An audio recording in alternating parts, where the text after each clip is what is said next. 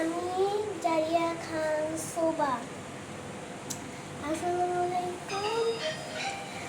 আজকে আমি একটা কবিতা বলব।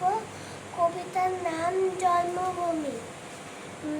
লিখেছেন রবীন্দ্রনাথ ঠাকুর।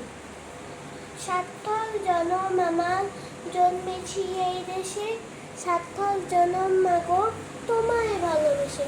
জানি না তো ধর্ম আছে কিনা রানীর মতো, শুধু জানি আমার অঙ্গ জুড়ে তোমার ছায়া এসে। কোন বনেতে জানি নে ফুল গন্ধে এমন করে এখন, কোন কখনে উঠে রে চাঁদ এমন হাসি এসে।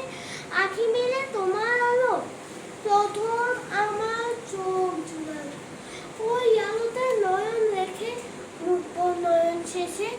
সার্থক জনম মাগো জন্মেছি এই দেশে, সার্থক জনম মাগো তোমায় ভালোবেসে।